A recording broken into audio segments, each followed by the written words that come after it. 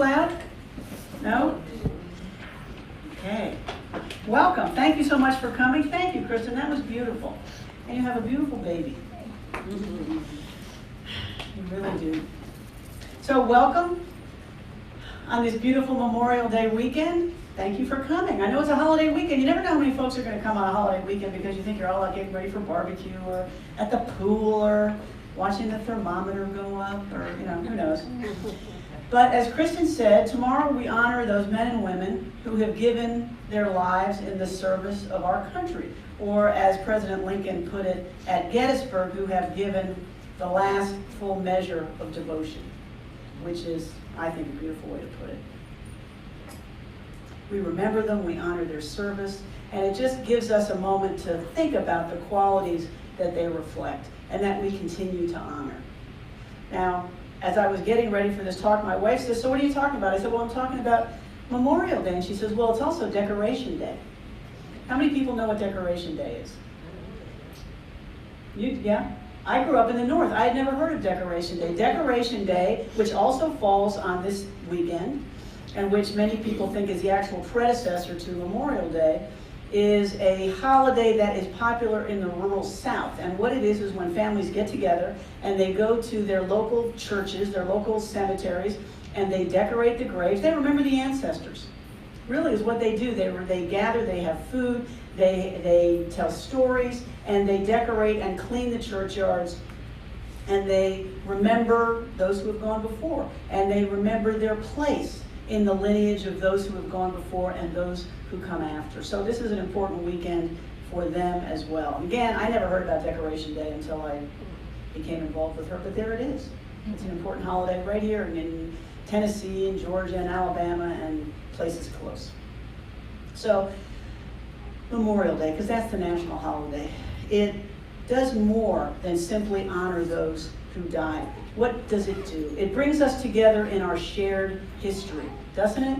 Because that's what our national stories do. This holiday in particular reminds us of our shared values of courage, sacrifice, duty, honor, right? All those things which in our hearts we value as citizens of this country. It reminds us that sometimes the ultimate sacrifice is needed to preserve those values for ourselves and for the Isabellas to come. We have patriotic displays, we get together, we have barbecues, we remember all those things that matter to us. Holidays like this, even today in our national fabric, they bring us together and they remind us communally who we all are. Okay, so that's Monday. What happens on Tuesday?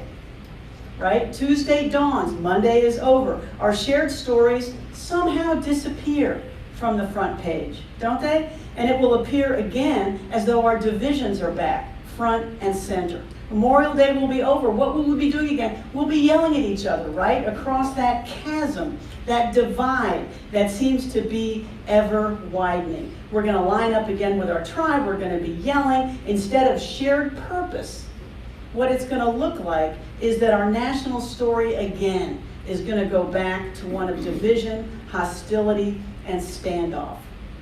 That's what I envision. I was talking to somebody the other day, and I said, my greatest stressor these days is CNN, right? And it may be Fox, it may be something. But when you turn on the news, all of a sudden my blood pressure goes up, and I think, what do we do next? And I feel, I may be alone in this, but I think not. We just feel off balance. We just wonder what the next step forward is. We seem to have fewer and fewer shared stories, way of interpreting the events and understanding the events of our lives. What do we agree on? Think about it. What do we agree on? Let's look at national policies. Do we agree on immigration? Probably not. Abortion? Definitely not. Criminal justice? Probably not. You can read any story on any topic, and you're going to find reasons for people to become hostile, to disagree. We have family members who can't even talk to each other, right? Because there's so much of that type of energy in the national atmosphere. Not only are we apparently unable to reach agreement, we can't even talk about it sometimes. We don't think the other side is just misinformed. No, we take it a step further. We think they're venal, they're ignorant, they're malicious, right? And we're throwing that back and forth at each other. We ask ourselves questions that in the past sometimes we knew the answers to. What is patriotic? Saluting the flag, the Pledge of Allegiance? How about the Star-Spangled Banner before a sporting event? That's patriotic, right? What happens when someone takes a knee? Is that patriotic? We get to fight about that. We have fewer shared symbols, fewer shared understandings of what makes us the community we are. What does a waving flag stand for? I know people that are patriots, but they don't even put flags out anymore because they're worried about the message it sends, right? It's an age in which so many of us are feeling that we are missing the ties of community that we once, we think, took for granted. Our shared stories, our shared understandings appear to be shrinking, and it puts us off balance. Am I the only one who feels this way? No, I think a lot of us feel this way. It puts us off balance. Why does a lack of our shared stories matter? Because our stories define us and unite us. They tell us who we are, where we come from. They tell us where we are going. We use our national stories, our communal stories, to pass on traditions and values. They enable us to connect with each other, to share who we are, to know that, yes, you are one of us. You share these values, and together we share them and go forward. Shared views and understandings create community. So on Memorial Day, we honor those who died, but we also celebrate our shared values that in many ways define us, or historically have defined us. For the U.S., that's increasingly important because we are a country that is based on principle. We are not based on geography, right? We are based on values. We're based on what we believe. We're based on those ringing sayings in the Declaration of Independence and our Constitution that bring us together. We are a country that is based on principle, democracy, liberty, equality, the rule of law. Sometimes honored more in the breach, that's for sure, than in the observance. These nonetheless were the principles that animated our founders to embark on this great experiment that had never been tried before, resulting in the first time these principles were memorialized in writing as the basis for a civil society. Think about that. People used to honor them before and talk about them, but we went further. We made them the basis of how we operate as a civil society. What an experiment. What a grand try to honor human dignity in the very fabric of who we are. I have a lot of hats under which that matters to me. You know, I'm a minister, and I certainly like truth and justice and human dignity. I'm a lawyer, and I venerate the Constitution. I'm a veteran, and I know why I signed up, and I know why people fight. And so all those hats make holidays like Memorial Day important to me. But they also make me look forward. They make me think, what are our stories, and what is coming next? As we look around, we can say it looks like our shared stories are shrinking. But another way of looking at it, and a hopeful way of looking at it, is to say that what we took as a shared understanding was in reality the majority understanding. And our shared understanding, our tapestry, always included other stories that did not get front page treatment. But now they are. But now the many diverse stories that reflect all of us in a culture which has always been diverse, always been different, are bubbling up. As these other stories percolate to the top and they compete for attention, this is the first step in a more inclusive and a more just society. However, those who are more comfortable with their own story push back. Making room for the stories of others, stories that are different, stories that are uncomfortable, is a journey, and the road is not smooth. Let me give you an example. One of the other civic holidays we celebrate is what? 4th of July, right? Independence Day. Our country surely has a shared story around that, We declared our freedom from British tyranny. We declared the values of human dignity and equality and liberty. But what if you were not part of that story? What if you were here, but that was not your story? On July 5th, 1852, Frederick Douglass, who escaped from slavery in Maryland and became a social reformer, abolitionist, statesman, and writer, gave a speech at a 4th of July event in Rochester, New York. His speech was entitled, "The Meaning of July 4th for the Negro." And this is what he said in part. He said, "I am not included within the pale of glorious anniversary.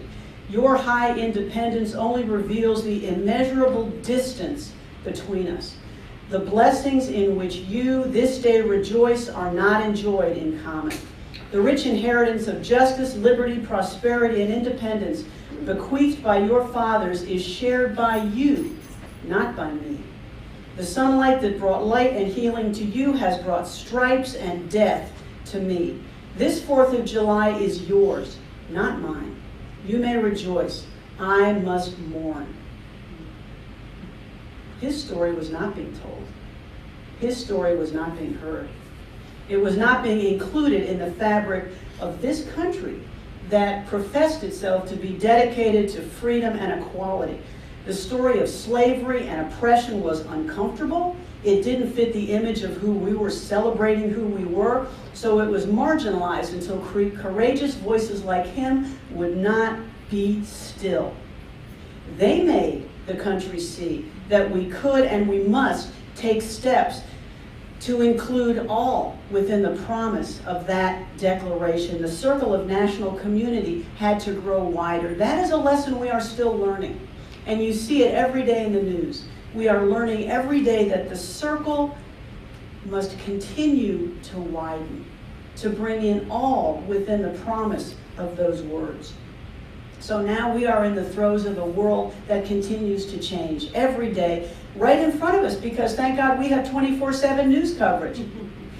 Okay, we don't even get to see the planes across the screen anymore. Remember that? Everyone old enough? Never mind. Don't raise your hand. In this new world, in which the meaning of community continues to change in ways that we could not even imagine, what does new community look like? What did they look like before? Many of our communities used to be made up of people who looked like us, worshiped like us, went to school like us, maybe voted like us, but no more. Our communities are so diverse. They're so rich. And sometimes we get pushback. Sometimes folks who don't know what to do with that just get fearful and push back. Holidays like Memorial Day or July 4th challenge us to consider what our story is now. What do we see when we look at Memorial Day? We see celebrations. We see ball teams, professional baseball teams wearing cami hats. What does that mean? I'm going out and I'm earning $3 million wearing a cami hat in support of some soldier who's earning $1.60. It's like, okay, thanks. But the challenge is not to make it cheap, not to make it jingoistic, not to make it passing, and to understand that our stories matter.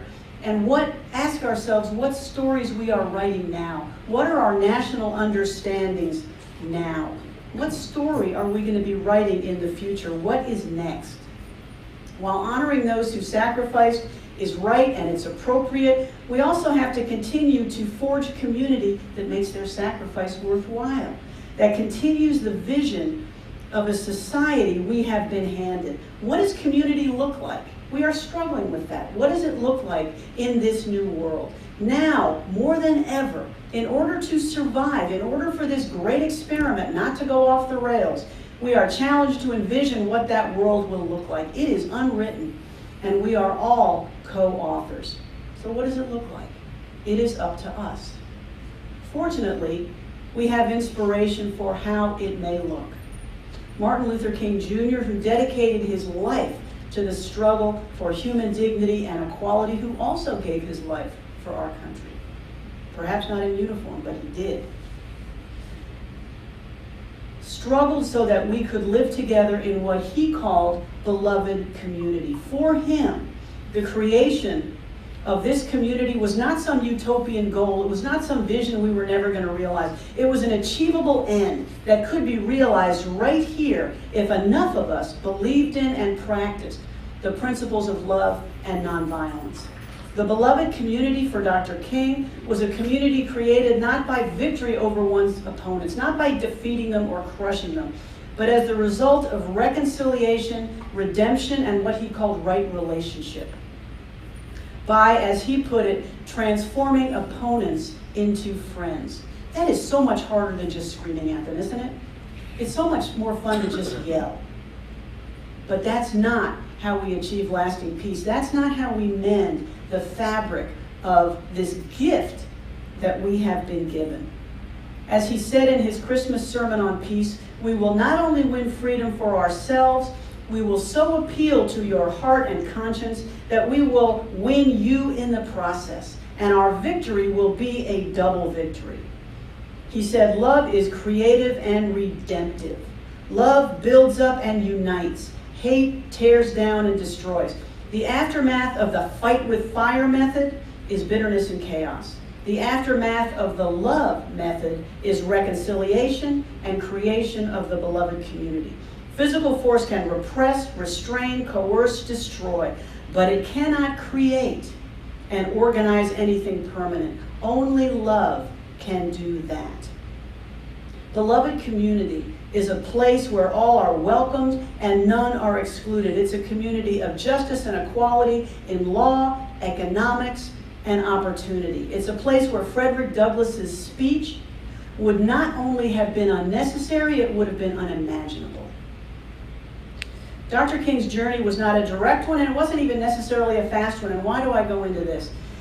Because coming to the realization that the path is love is not something you read about. It's not something that you can pick up when you just look at a book or when someone even tells you about it. It's an experience you have to live. It's an awakening that you have to just have as the result of your life experience. The events of the days in which he lived showed him the only path that would lead to lasting peace and reconciliation was love and nonviolence. When he first arrived in Montgomery, Alabama to pastor the Dexter Avenue Baptist Church, it was 1954, and his goal was not desegregation. His goal was not integration. His goal, as he put it, was to grow the church to such heights as will stagger the imagination of generations yet unborn. He was coming to pastor this church. He wanted to grow the church, right? As author Charles March wrote, civil rights activism was not high on the agenda. And then what happened? On December 1st, 1955, Rosa Parks, an African-American seamstress, refused to give up her seat on a segregated city bus to a white passenger. She was arrested and ultimately convicted. What followed? The Montgomery bus boycott, and Dr. King stepped into leadership of that. Based on his growing conviction, his mission was to work to bring about reconciliation and healing and end segregation. Did it happen immediately? No. Following Ms. Parks' arrest, the leadership of the African-American community did what? They formed a committee to organize what everybody thought would be a brief boycott. Now we know it went over a year, right? But they thought it was going to be a brief boycott. It wasn't. As the boycott continues, what did the white city fathers do? Did they say, oh, I've heard the voice of reason, please, take the front seat. Guess again. They became more draconian. They were arresting drivers for giving rides to those boycotting the buses, threatening white families who gave rides. The police dispersed those waiting for rides on city street corners. They cracked down on cab drivers who didn't charge full fare. They arrested people on trumped-up charges of loud talking, walking on lawns, or, in the cases of maids waiting for cabs, congregating in white neighborhoods. Guess what? That's where they worked. What are they supposed to do? Doesn't matter, you get arrested. The mayor of Montgomery announced, was he seeking peace? No. What did he do? He joined the White Citizens Council, which was a white supremacy organization formed in Mississippi 2 months after the 1954 decision, Brown versus Board of Education. Massive resistance. That's what happened in the South. White citizens' councils grew and flourished. The mayor announced the protesters were after no less than the destruction of our social fabric. Yes, they were. God bless them. The tactics of fear and oppression started to work. Some protesters backed out. The boycott was taking too much of a toll. They didn't think it would succeed. They didn't see any percentage in continuing. Dr. King despaired. Why? Because sometimes the road to reconciliation is not all uphill, right? Sometimes we despair. He didn't know how to proceed. He didn't know how to communicate with those in control. He still believed that a negotiated resolution was possible. He continued to think he could reason with hatred and hostility and violence. On January 26, 1956, he was arrested for what? Something heinous, I know you're thinking, no. He was driving 30 in a 25-mile-an-hour zone. He was incarcerated, his first arrest of many. He got out that night. The following evening, as he came home after a long day of meetings, he was getting 40 calls a day at his home at that time. He received an anonymous telephone call full of profanity, as well as the threat, before next week, you'll be sorry you ever came to Montgomery. He worried about the safety of his wife and his infant daughter. He writes that he was overcome with fear. He started pacing the floor, searching for, as he put it, a way to move out of the picture without appearing a coward. Haven't we all been there? Don't we sometimes just get so overwhelmed? We say, I just can't do it. I just don't want to. I want to hang up. I don't want to watch the news. I am done. He was ready to give up. All his resources were tapped out. He wrote, something said to me, you can't call on daddy now. You can't call on mama. You've got to call on that something in that person that your daddy used to tell you about. That power that can make a way out of no way. He put his head in his hands and he said out loud, Lord, I'm down here trying to do what's right. I still think I'm right. I'm here taking a stand for what I believe is right. But Lord, I must confess that I am weak now. I'm faltering. I'm losing my courage. Now I am afraid. And I can't let the people see me like this, because if they see me weak and losing my courage, they will begin to get weak. The people are looking to me for leadership. And if I stand before them without strength and courage, they too will falter. I am at the end of my powers. I have nothing left. I've come to the point where I can't face it alone. He then writes that he heard a voice that said, Martin Luther, stand up. This is great. Stand up for righteousness, stand up for justice, stand up for truth. And lo, I will be with you, even unto the end of the world. What an amazing event. Lifting him up when he was at his absolute lowest, he wrote, I experienced the presence of the divine as I had never experienced him before. At his absolute lowest, he was empty. There was nothing. It's what they call kenosis. There was nothing. And he experienced that grace flowing in.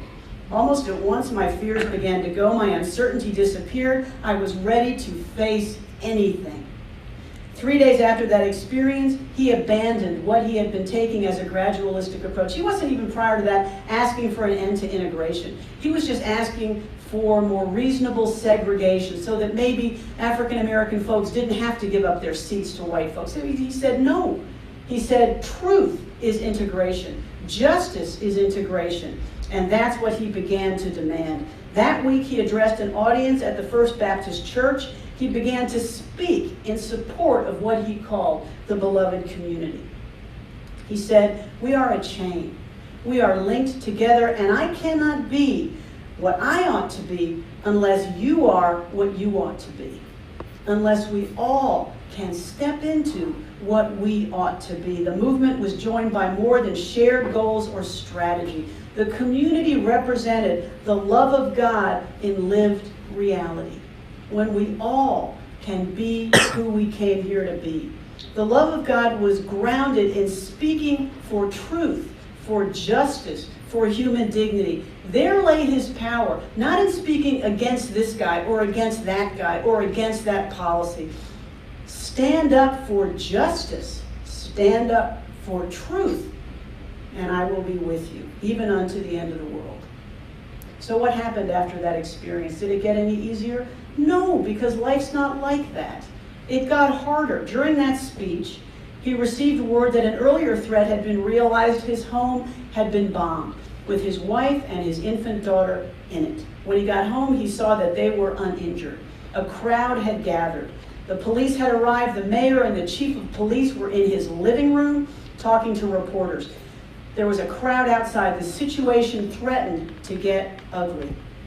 He stood on his porch with a hole blasted through his front wall, and he told the crowd to take their weapons home. If he had them, leave them at home if they were inclined to get them. He said, "We cannot solve this problem through retaliatory violence. We must meet violence with nonviolence. We must love our white brothers no matter what they do to us. We must make them know we love them." Jesus still cries out in words that echo across the centuries. "Love your enemies, bless them that curse you, pray for them that despitefully use you." This is what we must live by. We must meet hate with love. Civil rights activist and author Joanne Robinson recalls that as he spoke, a hush came over the crowd. Even the police quieted and listened. Charles Marsh writes, "King's words and the congregation's response drew together the parsonage and the street and wrapped the expanse of the Montgomery night into a unifying evocation of peace." Can you just imagine that? Dr. King's stance for nonviolent reconciliation, even in the face of such overwhelming violence, turned a night of potential injury and death into a demonstration of peace. That bombing was a turning point for him. The moment in which the power of love turned aside the certainty of violence. That was it. Showed him the absolute limitation of the power of fear and hatred. It could go no more in the face of such overwhelming love. His wife and his daughter had nearly been killed, his house nearly blown up, and he refused to hate. With his very body, his being, he demonstrated the power of love. He realized we don't create lasting peace by just shouting louder. Even if we're right, we do it by challenging the paradigm altogether. Love is the path that makes a way out of no way. This is ancient wisdom. The Dhammapada is the Buddhist scripture, 2,500 years old. And this is what it says. It's a compilation of the sayings of the Buddha. "She abused me, he beat me. She defeated me, he robbed me. In those who harbor such thoughts, hatred will never cease. She abused me, he beat me, she defeated me, he robbed me. In those who do not harbor such thoughts, hatred will cease. For never does hatred cease by hatred at any time. Hatred ceases by love. This is an eternal law." So how do we build such community today? It's hard. It's daunting. It is spiritual heavy lifting. How we build such community today. We all have different answers, but here is mine. We build it by committing ourselves to love, even when it's so difficult and it looks like we're wasting our time. We do it when it's hard, as it will be. We do it by committing to the principles of nonviolence and reconciliation in our actions, words, and intentions.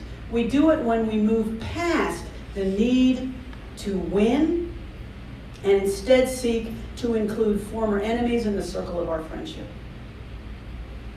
Think of the reach of that. What is nonviolence? When we think of nonviolence, we think of not throwing things at each other, we think of not shooting each other, but it's beyond that. It's also nonviolence in words, in emotion, in intention. It is a much larger circle.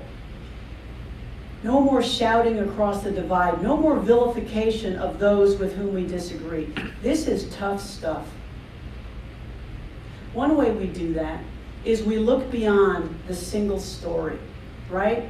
So often we look at those with whom we disagree and we just reduce them to one story. They're ignorant, they're racist, they're socialist, they're liberals, whatever your story is. We take those people with whom we disagree and we dehumanize them by reducing them to one story. People are more complex than that. Life is more complex than that. We need to develop skills to listen. We need to develop skills of compassion and empathy, to understand and just continue in dialogue even when we disagree. We build beloved community not by working to crush those who oppose us, by working to include them.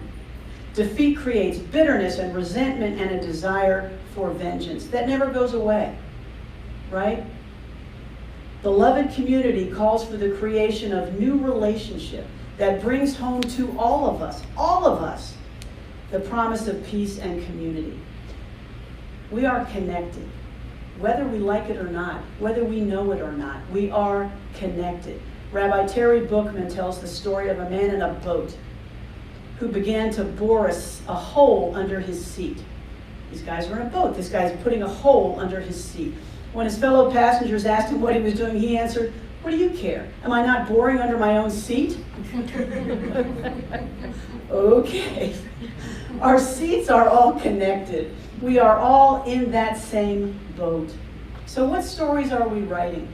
What are our new stories that Isabella is going to read, that our grandchildren are going to read? We are all holding the pen, and we are all writing them together. What stories about us will our children's children be reading?